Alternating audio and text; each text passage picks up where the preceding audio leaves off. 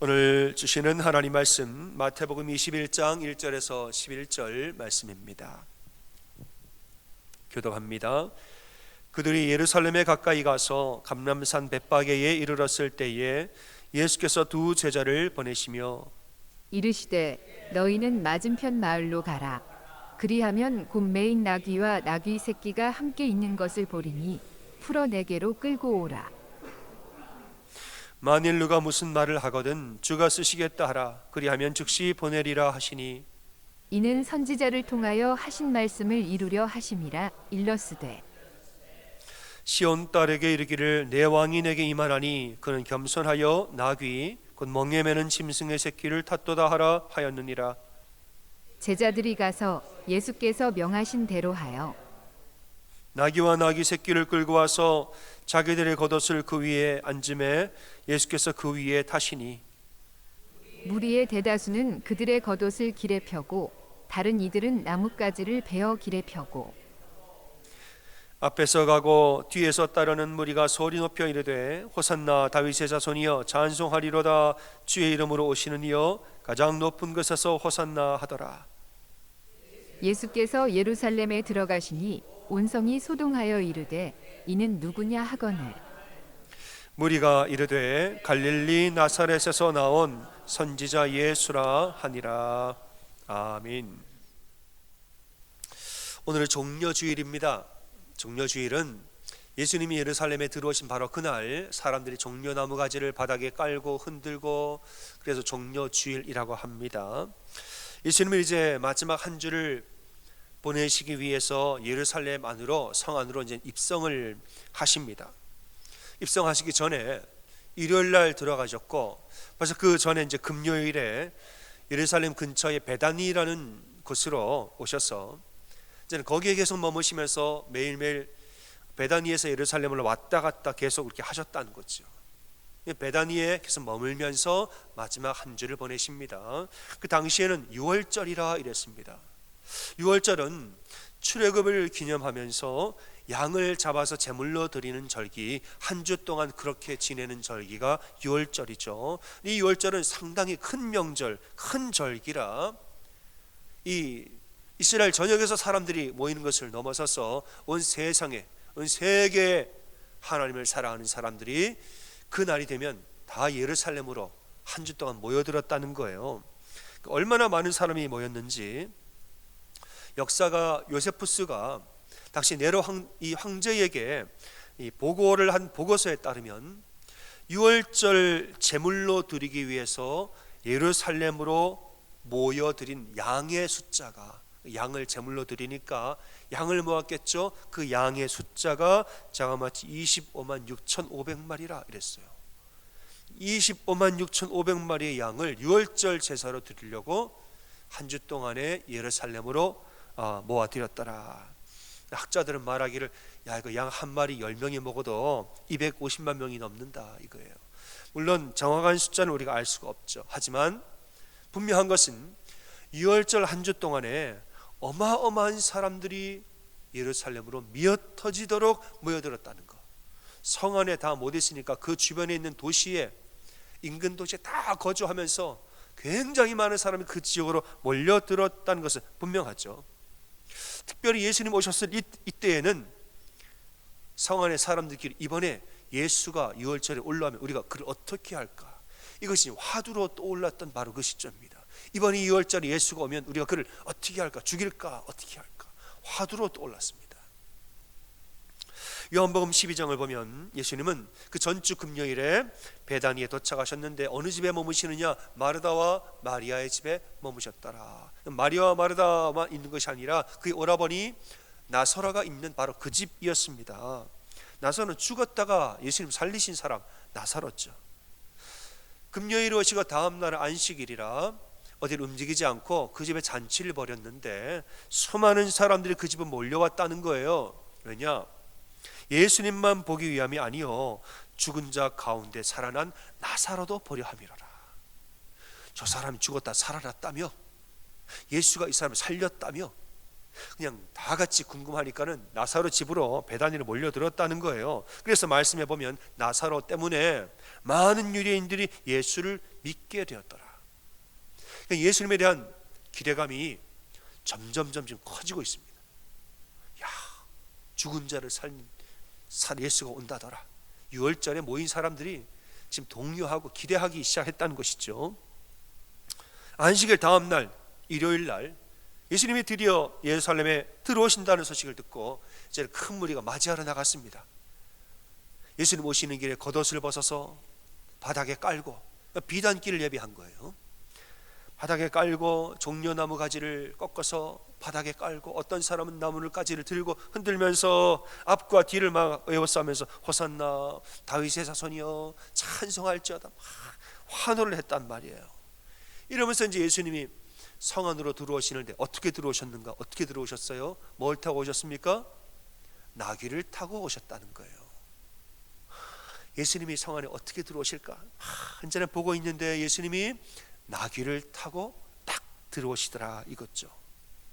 이는 스가랴 9장 9절 말씀을 이루기 위함인데 보라 내 왕이 임할 것인데 겸손하여서 나귀를 타시나니 나귀의 작은 것 곧 나귀의 새끼니라 이랬어요.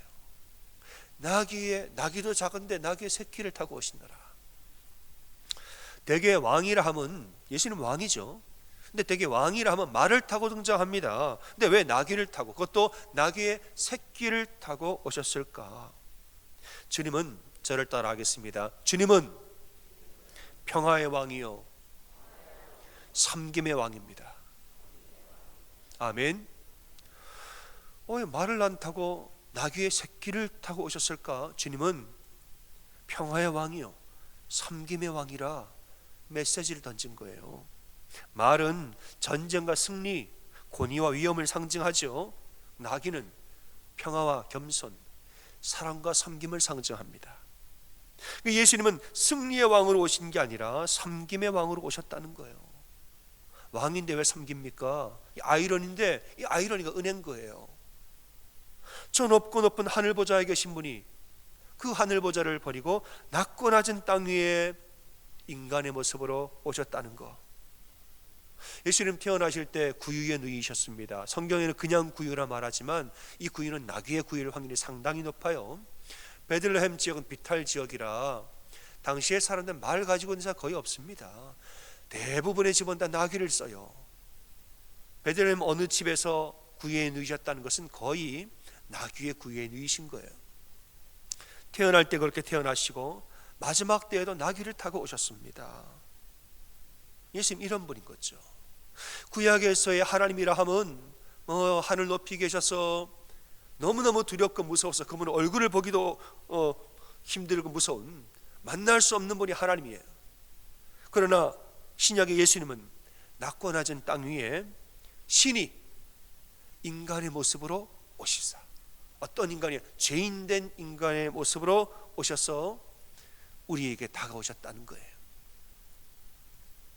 여러분 예수님이 왜 인간의 모습으로 하나님이 왜 인간의 모습으로 나타나셨을까? 그 이유는 우리의 죄를 대속하기 위해서입니다.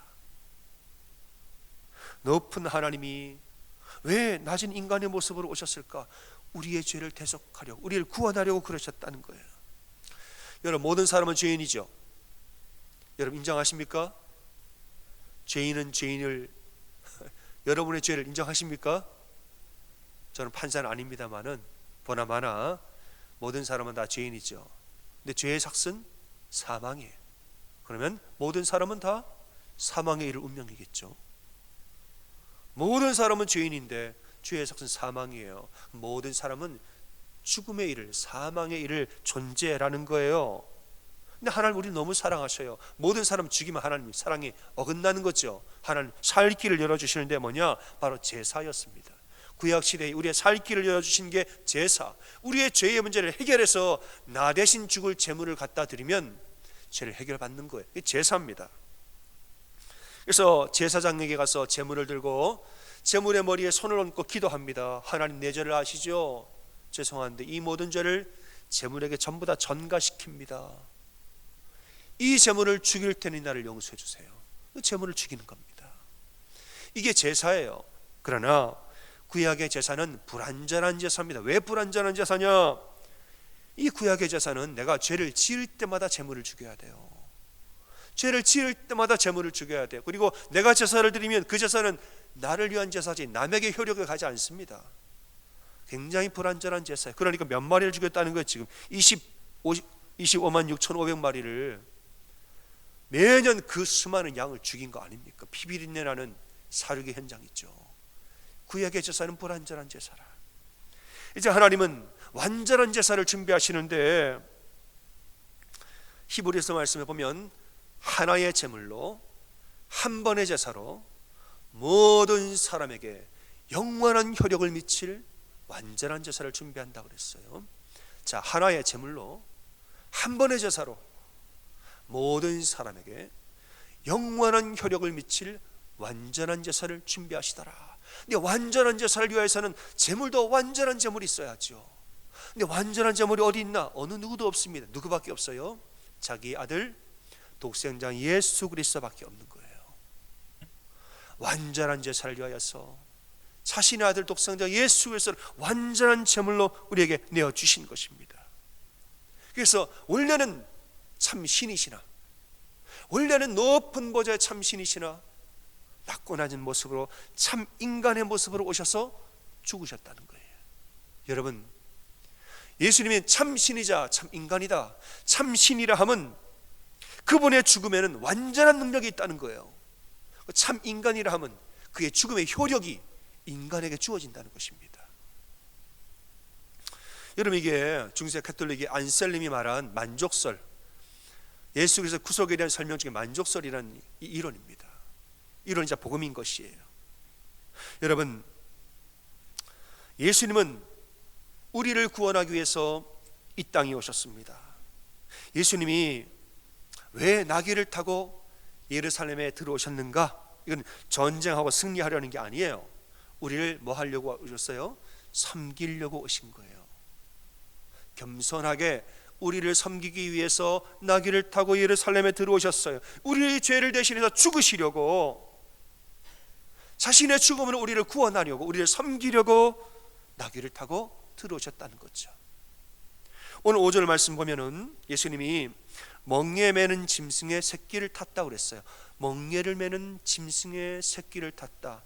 나귀는 뭐냐? 나귀는 멍에를 매는 짐승이에요. 그럼 나귀를 타고 오신 예수님도 우리의 멍에를 지기 위해서 오신 거예요. 우리의 멍에를 지기 위해서 멍에 매는 짐승의 새끼를 타고 예루살렘에 오셨다는 것이죠. 여러분, 예수 그리스도는 바로 여러분 한 분을 구원하기 위해서 십자가에 돌아가셨음을 믿으십니까? 그걸 믿으셔야 돼요. 예수님 얼마 뒤에 붙잡히셨습니다. 그리고 이제 공회에 끌려가서 재판을 하는데 사람들이 저 사람 뭐 이랬다 저랬다 이제 예수님을 사형시키려고 사형죄에 해당하는 고발을 막 합니다. 근데 이 말들이 전부 다 뭐예요? 거짓말이에요. 거짓말을 막 왜곡하고 변형해서 막 말을 하는데 다 거짓말, 앞뒤가 안 맞아요. 그러니까 예수님이 유죄를 입증하지를 못하는 거예요, 재판에서. 그러니까 예수님도 아무 말도 안 하면 무죄로 풀려날 판입니다. 증명을 못하니까. 대제사장이 듣다가 답답하니까 예수님께 직접 물어봤습니다. 아우, 다 됐고 네가 한번 직접 얘기해봐라. 네가 스스로 하나님의 아들이냐? 이랬어요. 네가 하나님 아들 맞느냐? 예수님 아무 말도 안 하면 무죄예요. 풀려날 판이죠. 예수님 뭐라고 그래요? 스스로 그래 내가 그니라. 스스로 그냥 인정을 해버립니다. 그걸로 재판은 끝났어요. 그걸로 사형 판결을 바로 그 뒤로 바로 죄인이라는 딱지를 붙여버립니다. 여러분, 예수님은 가만히 있으면 풀려날 수 있었는데 먼저 고백을 해서 일부러 스스로 죽음을 선택하신 겁니다. 왜요? 누구를 뭐 하려고요? 우리를 뭐해요? 구원하시려고.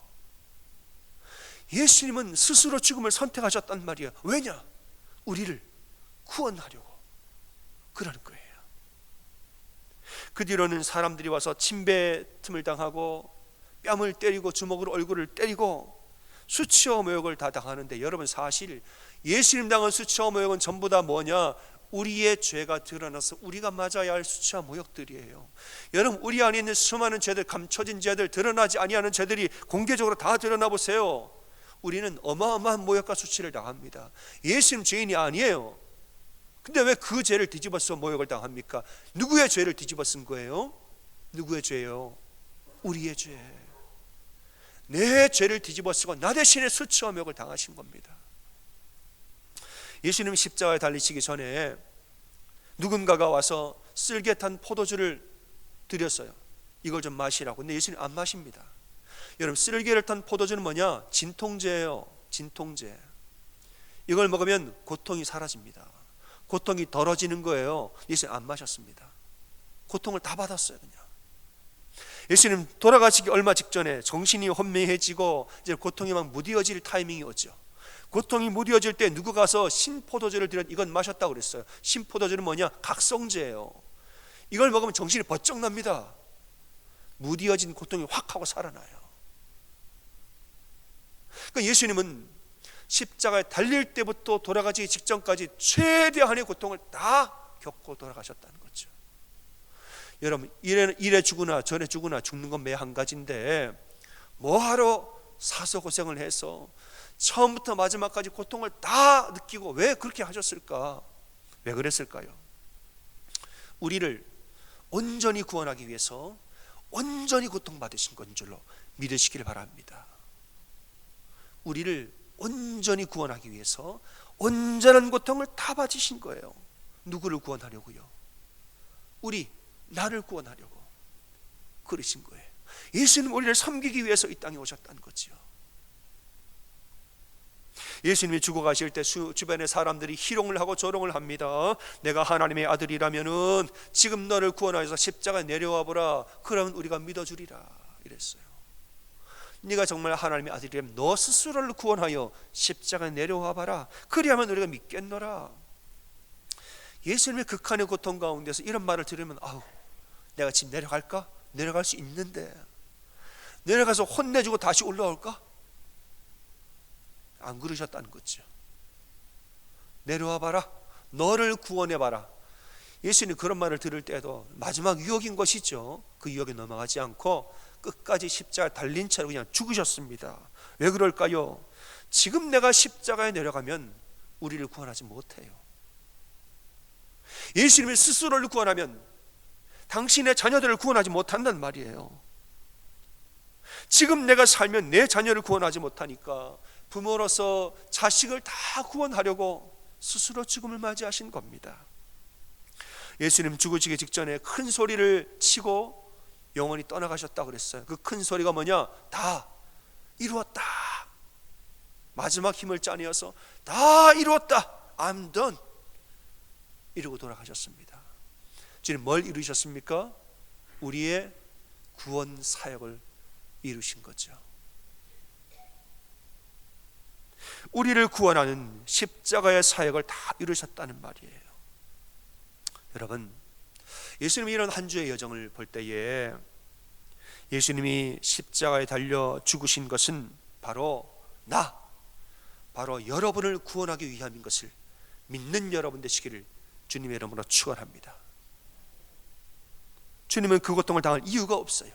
그러나 목적은 하나예요. 우리를 구원하려고, 우리를 살리고 우리를 섬기려고 죽으신 거예요. 이 섬김을 위하여서 예수님은 예루살렘에 나귀를 타고 들어오신 거죠. 그러므로 마태복음 11장 28절과 30절에 이렇게 말씀합니다.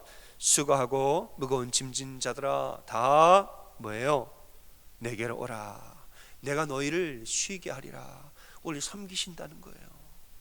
우리의 무거운 짐을 덜어주고 우리를 쉬게 하신다는 거예요. 나는 마음이 온유하고 겸손하니 나의 멍에를 베고, 예수의 멍에가 뭐예요? 가벼운 거예요.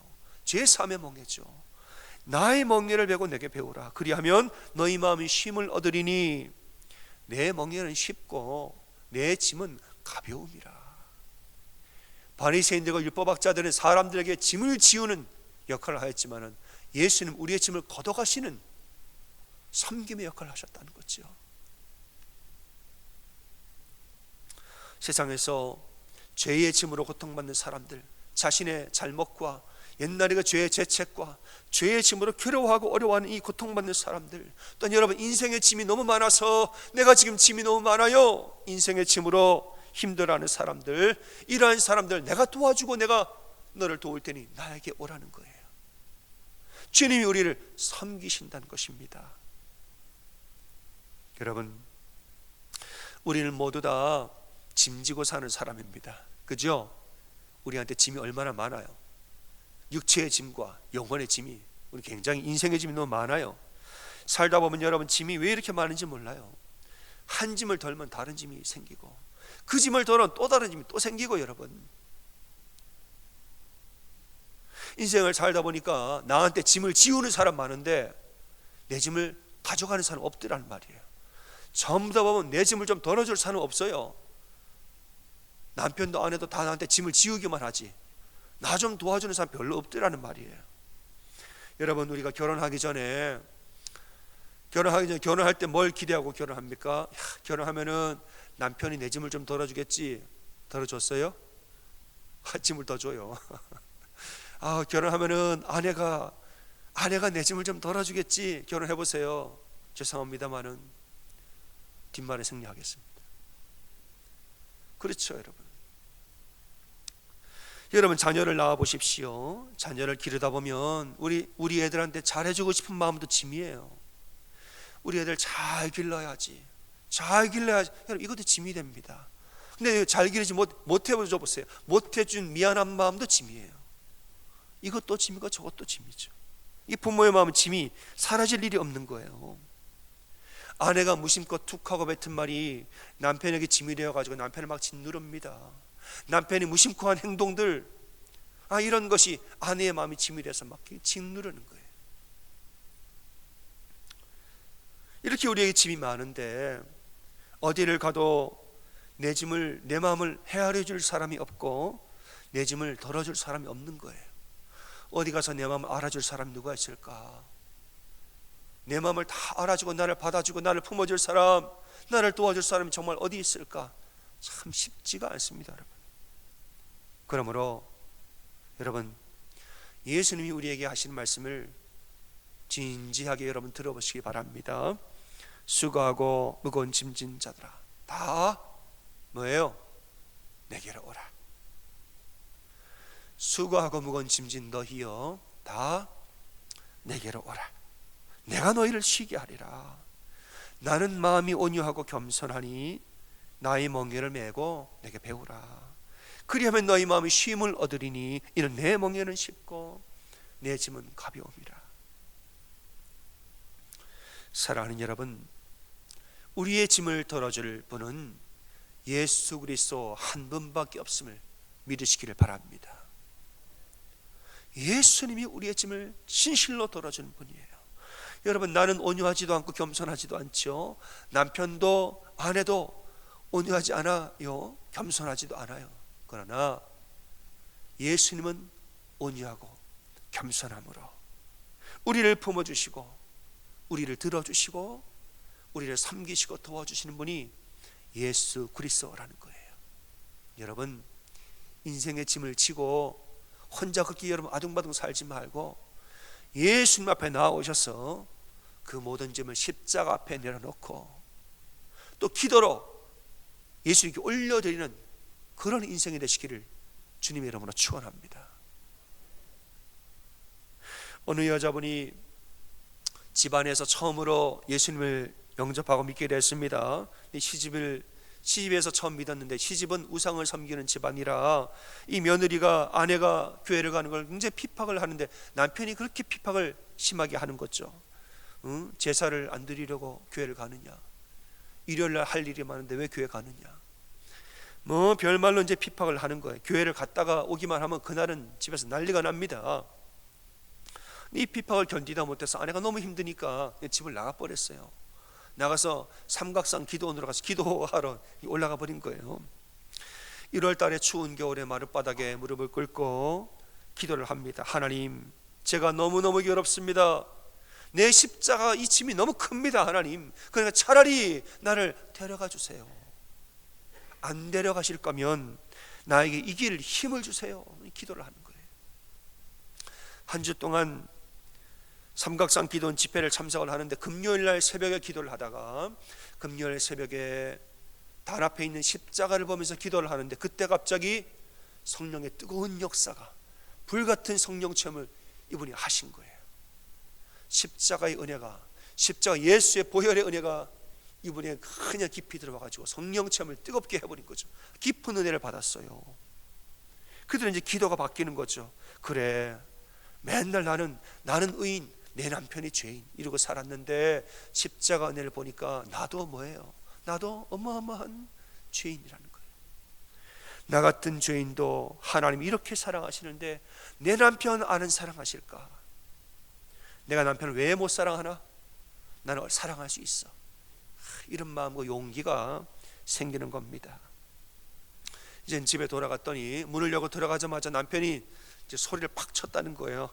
왜? 나갈 거면 아예 나가지 왜 들어와? 제 남편이 소리를 팍 질렀다는 거죠. 근데 이제 아내가 남편한테 가서 손을 잡고 말을 했다는 거예요. 여보, 미안하지만 나를 심히 구박을 내줘서 심히 고마워요. 당신 덕분에 내가 은혜를 깊이 받고 왔어요.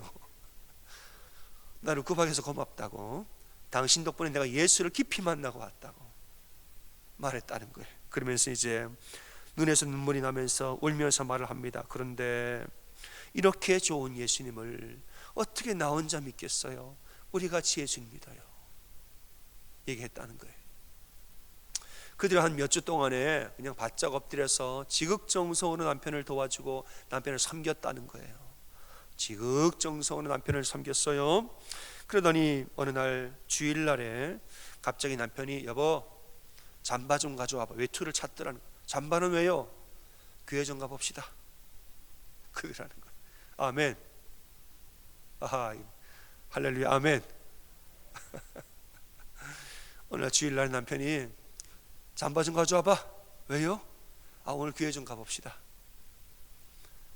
그날 교회 가가지고 교회를 다니기 시작하고 예수를 믿어서 그와 온 집안이 구원을 얻은 믿음의 가정이 됐다는 거예요. 특별히 이제 그 집에 아들이 목사님이 됐는데 이제는 공부를 해서 나중에 총신대에서 신약학을 가르치는 이한수 교수님, 그분 집안의 간증이에요. 사랑하는 여러분, 주님은 우리의 짐을 지기 위해서 오셨고 우리에게 쉼을 주기 위해서 오셨습니다. 십자가는 바로 그런 것이에요. 그러니까 여러분, 인생의 짐을 혼자 지고 괴로워하지 말고 예수 그리스도의 십자가 앞에 내려놓는 여러분 되시기를 소원합니다. 여러분, 예수님 앞에 나와서 이 짐을 기도로 올려드리세요. 그걸 왜 혼자 끌어안고 그 무거운 짐을 혼자 끌어안고 사느냐 말이죠. 시편 55편 22절에 말씀합니다. 다윗은 이렇게 고백하지요. 내 짐을 여호와께 맡기라. 그가 너를 붙드시고 의인의 요동함을 영원히 허락치 아니하시리로다 말했습니다. 너의 짐을 여호와께 맡기라 이랬어요. 이 상황이 뭐냐? 아들 압살롬이 반란을 일으켰을 때입니다. 내가 사랑하는 아들과 내가 밀었던 신 아히도벨이 같이 배반을 해서 다윗을 몰아내려고 반역을 일으켰을 때 그때 다윗이 찢어지는 고통을 느낍니다. 그의 육체의 목숨도 경각에 달렸지만은 그의 영혼도 말할 수 없이 낙담을 한 거예요. 영혼과 육체가 다 무기력에 빠져서 6절과 7절에 말하기를 그냥 나는 비둘기같이 나에게 날개가 있다면 저 멀리 날아가서 나는 편히 쉬리로다. 내가 멀리 날아가서 광야에서 나 혼자 살고 싶도다. 6절 7절에 그렇게 고백을 합니다. 다 그만두고 싶은 거예요. 아들이 반란을 일으키고 아유 왕도 뭐도 그냥 다 그만두고 싶다. 그 마음인 거죠. 그런데 기도를 하다가 하나님의 은혜가 임하니까 그 기도가 바뀌어집니다. 아니다, 하나님 함께 계시니까 너의 짐을 혼자 끌어안고 힘들어하지 말고 너의 짐을 여호와께 맡기라. 여호와께 맡기라. 그가 너를 붙드시고 의인의 요동함을 영원히 허락하지 아니하리로다. 여러분, 이 말씀을 믿는 여러분 되시기를 소원합니다. 아멘.